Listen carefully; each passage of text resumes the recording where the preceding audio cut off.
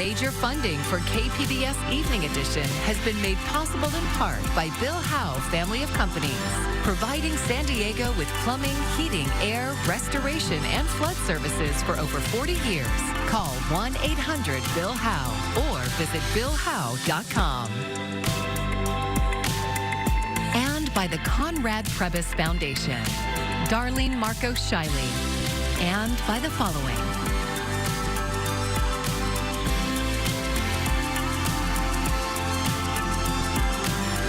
And by viewers like you. Thank you.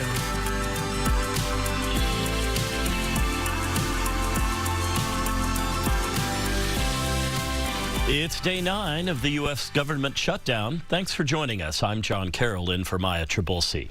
TSA agents are among the many federal employees who are still working without pay. KPBS reporter Jacob Ayer talked with a local TSA union leader about what might be next. Going through security is routine for airline passengers. Agents from the Transportation Security Administration check IDs and check baggage for thousands of travelers every day at the San Diego International Airport. For now, local agents are still doing that job despite the government shutdown. I'm disappointed that they can't get their act together. It's very frustrating because we feel like we're pawns in this whole thing. Robert Mack is a lead TSA officer at the airport. He's also chief steward for the local chapter of the union representing TSA workers. Right now, morale is still pretty good. We're coming to work. We're working hard. We've actually gotten a lot of support from the passengers coming through, saying, we appreciate you coming into work. In this situation. He's worked at the airport for over 20 years and vividly remembers the last government shutdown that started just before Christmas 2018 and lasted 35 days. It was kind of rough, tell you the truth. We went over a month without pay. People were having to make decisions that they didn't want to make, whether putting gas in their car or food in their belly. Melissa Upgren flew into the airport today from Minnesota with some friends. So far, she says it's been smooth sailing. It was remarkably normal. We went through security without any issue. We flew off, took off on time. So from our perspective, people are still we're grateful for showing up for their jobs. She said they're aware of the shutdown and plan to get to the airport early Sunday for the flight home. Hopeful that continues. Hard to say if it will, but today's experience was great. Max says this weekend, TSA workers will get a final partial paycheck for hours worked until the shutdown. He doesn't know when the next one will come after that and says many TSA agents live paycheck to paycheck. I want to say that they're going to stick it out. But those that don't, I totally understand. You have to take care of yourself and your family. Max says TSA workers are still at full staff at the airport, but during past government shutdowns, some officers stopped coming to work. TSA says they have not had any delays in operations due to callouts, but said an extended shutdown could mean longer wait times at airports. Jacob Ayer, KPBS News. With no end in sight for the government shutdown, more than 100,000 San Diego service members are less than a week away from missing a paycheck. KPBS military reporter Andrew Dyer's been cataloging resources to help families bridge the pay gap. A missed paycheck would be difficult for most of us, but for many military families, it'll be hard to recover. There is definitely a feeling of anxiety, uncertainty, trying to figure this out on top of a lot of the challenges that they already have. This is Monica Moon. I'm the director for the San Diego Military Family Resource Center and the director for the San Diego Military Family Collaborative. We're at the Resource Center in the Murphy Canyon Military Housing Neighborhood in Tierra Santa. She says military families are particularly vulnerable to pay disruptions. Many struggle even when paid on time because it may not be enough to support your entire family. For a lot of families, the service member is the primary source of income. Because of the constant moves, it's difficult for spouses potentially to get jobs or keep a career path. Moon and her team have been talking with military commanders around the county and are trying to connect families to available resources. San Diego is home to almost 100 nonprofit organizations that cater to military and veteran families, but it's hard to know exactly where to turn. We welcome everybody to come over to our resource center. We'll brainstorm together to see, hey, maybe this resource will work, maybe this won't. But even if it's just a talk, we have staff here that are willing to listen and help out as much as we can. There are food banks, mobile food banks, and pop-up food distributions happening all the time. Financial institutions like USAA and Navy Federal are offering interest-free paycheck loans to members with direct deposit histories. Moon's advice for everyone is not to pay for anything you can't get for free, like food. And then save that money to go towards things that may be a little bit more difficult to obtain. Ryan Okita is the director for USO California. He says it's not clear how sustainable the nonprofit support network is, but they're ready to meet the challenge. We have resources ready to, to get allocated to this. We know that, like you're saying, this could be, a long ordeal. More information on where to turn for support or how to offer support is linked on our website, kpbs.org. Andrew Dyer, KPBS News. Highway 78 is shut down and evacuation orders are in effect as crews battle a fire just east of Ramona. It started just before 2 this afternoon near Kasner Road. The fire has grown to 105 acres and is 15% contained. Cause is under investigation. We've got a couple showers kicking around as we head through the evening, overnight hours. So tonight, 65, and watch out for some of those passing showers. We're going to continue the wet pattern into our Friday. But does the weekend offer any changes for us? Because there's still a lot of tropical moisture in the Pacific. I'll be breaking that down in just a moment. The California Attorney General sued the city of El Cajon, alleging its sharing of license plate surveillance data with police departments outside the state is illegal. An investigation by KPBS reporter Gustavo Solis shows how far the sharing has gone. A KPBS investigation revealed that data collected by the El Cajon Police Department was included in nationwide immigration-related searches. Now, that shouldn't happen under California sanctuary laws. But we found more than 550 immigration-related searches so far this year. Our investigation shows how police departments from states as far away as Texas, Virginia, and South Carolina routinely tap El Cajon's surveillance data for immigration-related searches. In some cases, on behalf of Immigration and Customs Enforcement. Earlier this week, Attorney General Rob Bonta sued El Cajon, arguing that state law forbids local police departments from sharing this data with agencies outside of California. The whole point of the restrictions on sharing is that once it's shared with any entity out of the state of California, you lose control. But Bonta could not definitively say whether El Cajon's data was used specifically for immigration enforcement. I don't believe that we know that, but it is naive to not flag that risk. That's the whole point that that's why the law was passed. But we can. Our analysis shows that police departments outside of California routinely use search terms like immigration, immigration enforcement, immigration violation, and ICE. Dave Moss is the Director of Investigations at the Electronic Frontier Foundation. It's pretty significant. In California, it violates multiple laws to use the system to not only for immigration, but to allow an external and out-of-state entity to access your data. So we're talking about multiple laws that might have been violated in this process. That foundation shared a data set with KPBS that helped us discover these immigration-related searches. Here's how I explained the analysis to a group of immigrant rights activists from El Cajon that we invited to KPBS. Now, as we've talked about before, Mayrene, right, the El Cajon Police Department is unique in San Diego County. It is the only local police department that shares their flock system with out-of-state agencies. We filed a public records request asking for an audit of who is looking through El Cajon's data and why. It has a lot of useful information. It has the individual officer, the department, the date, and the time down to the second. Now, this is important. This is kind of how we found our information. But El Cajon's data did not include the reason for each search. So we found a workaround by comparing it to data that we got from the Electronic Frontier Foundation. And in their network audit, they did include the reason right here. Right. Wow. All we had to do was match the timestamps on both data sets. For example, an officer named T. Lip from the Nags Head Police Department in South Carolina conducted a nationwide search for immigration on April 30th, exactly at 1:55 p.m. and 18 seconds. Let's see if that search appears on El Cajon's data. April 30th.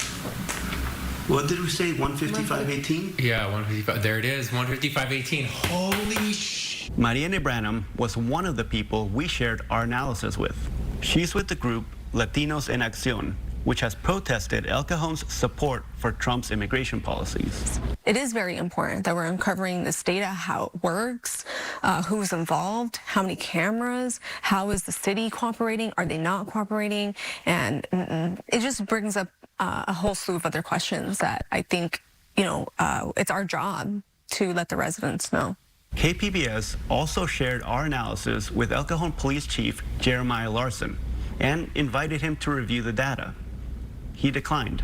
In a previous interview, Larson said the police department performs regular audits to its license plate reader program. We do regular audits, and we have a lieutenant that oversees the program and makes sure that when people are using it, they're using it for the right purposes and legitimate reasons. Later, in an email, Larson suggested that the audits only include internal searches performed by El Cajon police officers, not the external searches done by outside agencies.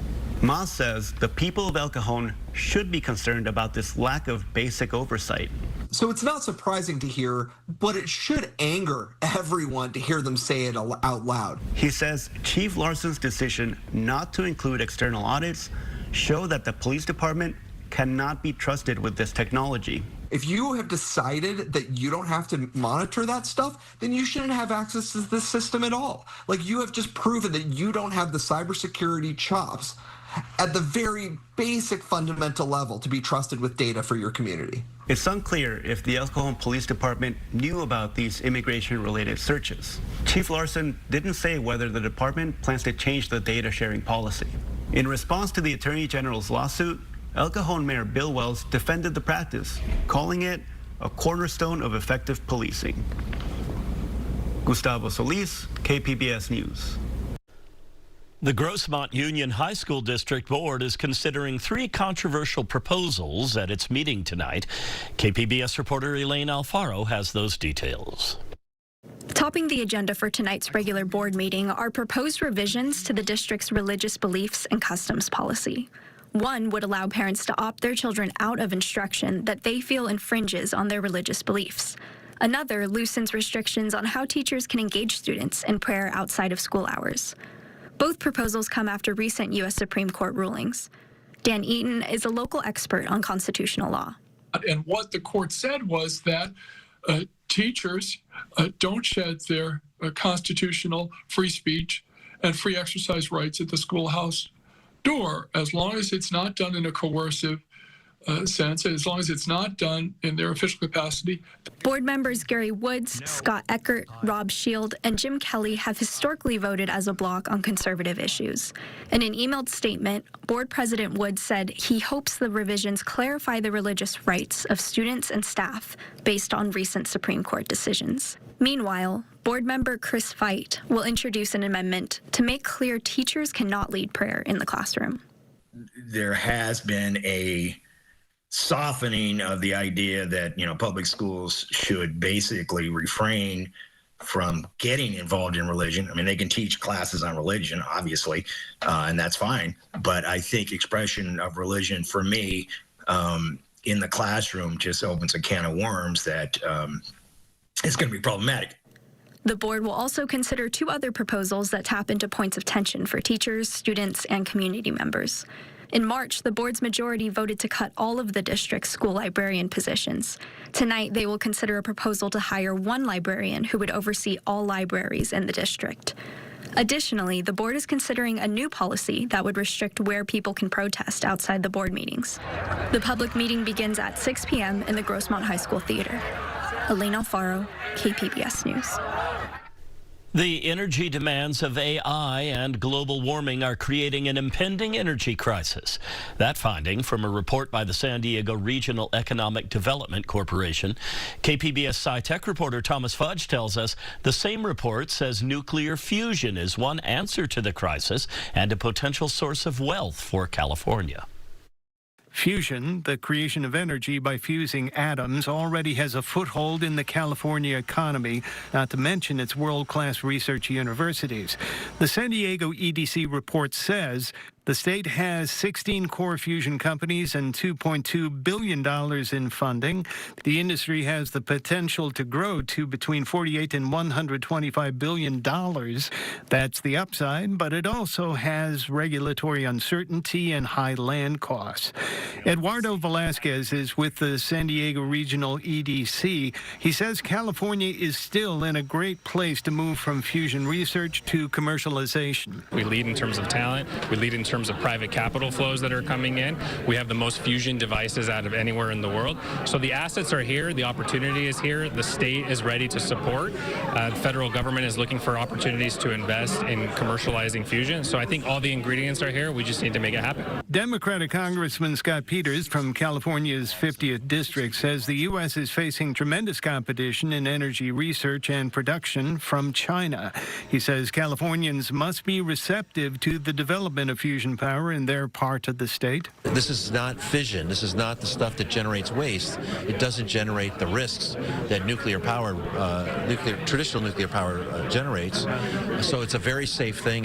We should make it easy. If you think about fusion energy, it is the most fundamental form of energy in the universe. Anantha Krishnan is the Senior Vice President for the Energy Group at General Atomics, whose D3D fusion reactor is in San Diego. He says fusion energy takes place on the sun. Doing it on Earth means containing tremendous heat in a power plant that needs to run 24/7. Each time we run an experiment, we create conditions within D3D that makes it the hottest point in our solar system, meaning we are achieving temperatures that are 10 times higher than the sun, because to get to fusion on Earth, that's what you need to do. People in the field say fusion energy could be ready to use in about 10 years, but only if the U.S. and California devote the money and resources needed to do it. Thomas Fudge, KPBS News. The college area is closer to having a new community plan. KPBS Metro reporter Andrew Bowen says the goal is to allow more housing near SDSU. SDSU's student population has grown significantly in recent decades. The university has also grown into a hub of employment and public transit. The city's new proposal would keep most of the surrounding neighborhood zoned for low-density single-family homes, shown here in yellow. But major corridors like Montezuma Road, College Avenue, and El Cajon Boulevard could see more high-density housing. Several homeowners told the city's planning commission on Thursday the community doesn't have enough parks or other infrastructure to support that kind of growth. We don't have anything to support it. We're creating, I'm sorry to say it, and I hate to say it, but we're creating slums. We're creating housing warehouses with nowhere for people to go. The updated community plan does call for new linear parks along major streets and public plazas next to new developments. The Planning Commission voted unanimously to recommend the plan's approval. Commissioner Matthew Boomhauer acknowledged change can be scary, especially for longtime residents. But the staff and the Planning Commission have a job, and that's to consider the concerns of current residents, but to balance that with the needs for future generations who are going to live, work, and play in this neighborhood long after many of the older current residents have moved on. We need to be planning for Gen Z and Gen A, not for baby boomers or my generation, Gen X. The college area community plan update is set to go before the City Council in December. Andrew Bowen, KPBS News.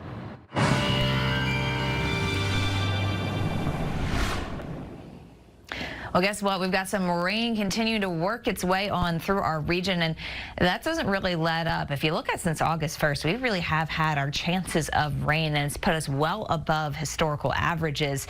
And we get another wet day as we head through tomorrow. In fact, tonight we've already seen it kick around and continues overnight tonight.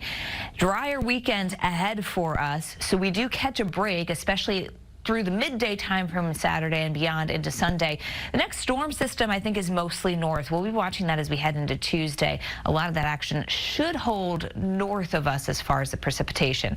Let's talk about Priscilla, because this is the one that's helping to bring at least some tropical moisture into our region, and you can see how this will trek its way northward here through the upcoming hours and days, and then actually kind of dissolve there over land. So we'll follow that for you, but really what it does is it pushes some of its moisture into the southwestern U.S.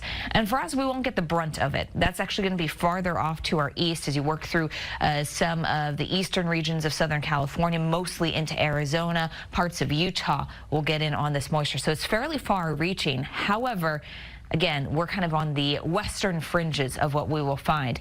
It does mean, though, that as we head through tonight, 65 the low, some showers likely out there for so many of us here across the region. And that continues into tomorrow with some thunderstorms that could bring some very heavy rain. So we'll be talking about most places as we head through the later part of tomorrow into Saturday morning, maybe picking up a few hundredths of an inch of rain to as much as a half an inch or more of rain in some of the heavy rainfall bouts through especially the higher elevations. Is this future radar and satellite pretty wet out there as we head through tonight? Then tomorrow morning, you can see there is still some banding overhead for us, and that's going to allow for more moisture to continue through the afternoon and into the early evening hours. Then a lot of this starts to shove its way farther and farther towards the east. So by Saturday morning, there could still be a sprinkle, but a lot of the moisture is gone. For us, the next couple of days showing you drier for Saturday and Sunday. Pleasant conditions out there, temperatures in the 70s towards the coast. Still looking at a pretty quiet setup for their inland communities, including the weekend there where we're holding on to the 70s. As we watch through the mountains, that shower thunderstorm likely as we head through the day tomorrow. Then we'll get in on more windy weather from the next storm system into Tuesday.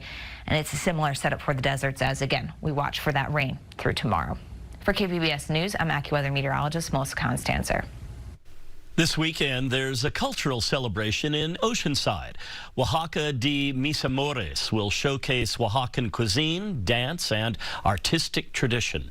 KPBS video journalist Carolyn Correllis spoke to the organizers.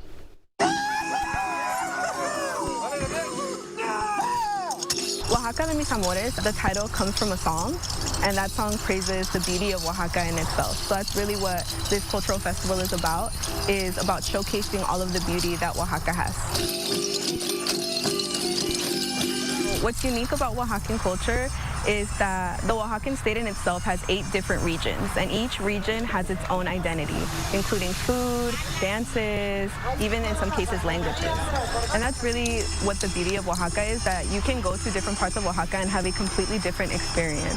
I am Gabriela Jimenez. I'm one of the co-founders of Oaxaca de Mis Amores. A lot of the indigenous practices are still alive and thriving to this day, so colonialism hasn't touched it as much as other places in Mexico.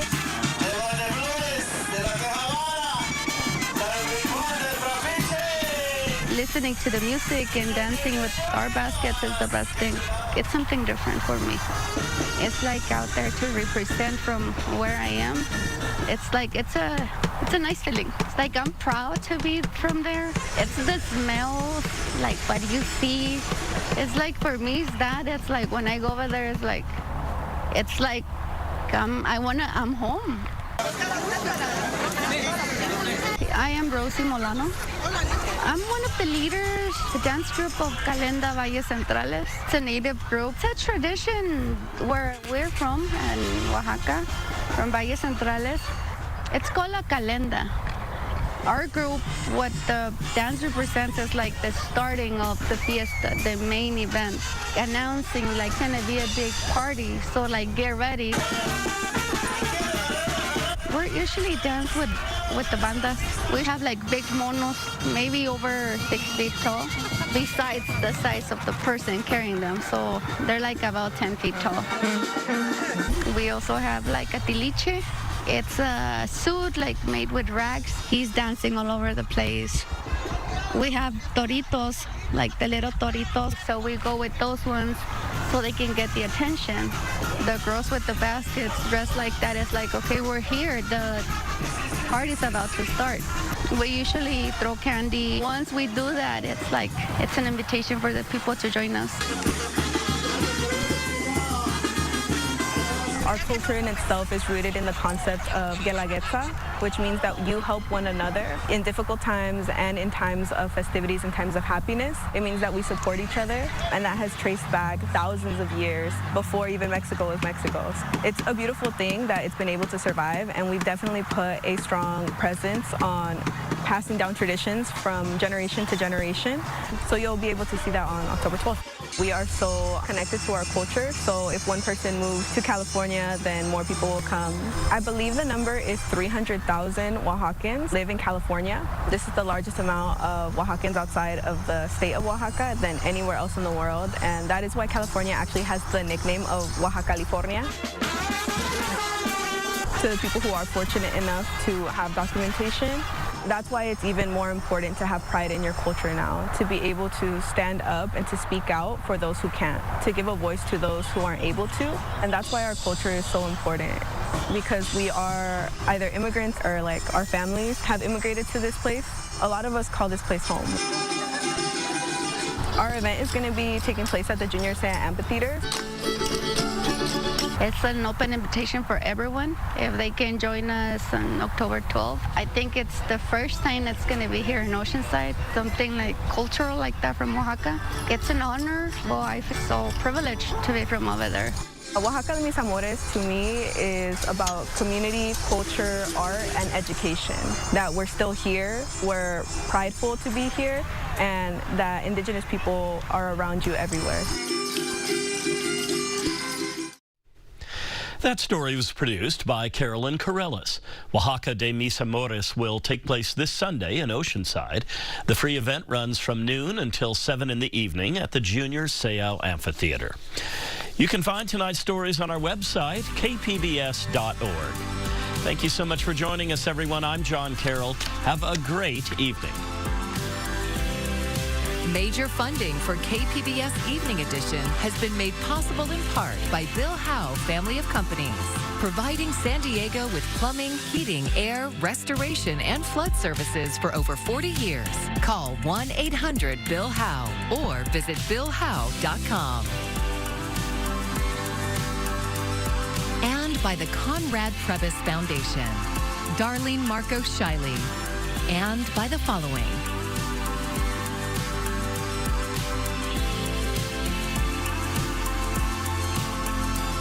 and by viewers like you.